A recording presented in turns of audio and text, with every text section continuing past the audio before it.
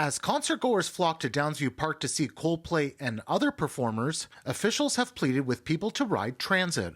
GO Train customers are trying to do that, but in the early days of Rogers Stadium, it hasn't been easy.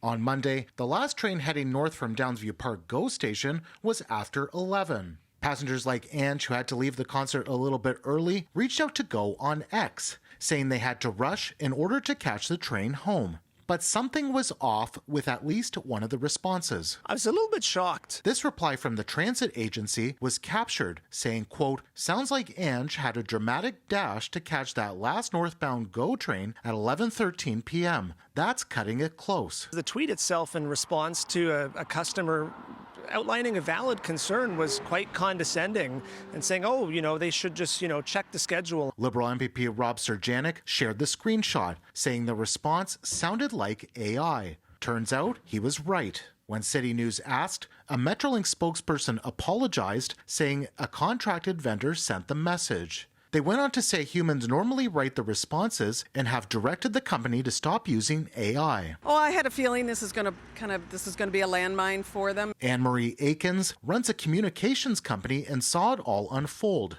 Aikens recommends public entities keep people at the front of customer service. When you're dealing with public services like transit, any customer service where there are real people that have real issues and they may have lots of emotions attached, AI is a very, very risky. In speaking with transit advocates, they say what we're seeing at Downsview Park is part of a larger problem.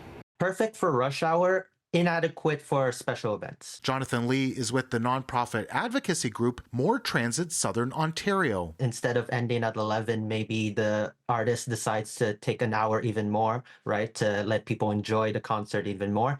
But the schedule for transit, right, it doesn't adapt to that change. Metrolink staff say they're reviewing demand, but there aren't plans right now to change service. They also added 3 extra southbound trains. Lee and others want a new approach as Barrie Line upgrades continue. Transparency is needed to make sure it is clear what are the upgrades that are happening and when is it going to be delivered. They've got to add trains on after the show ends. But longer term, we know with the Barrie Line, it takes a long time to get it from Barrie, Newmarket into downtown Toronto.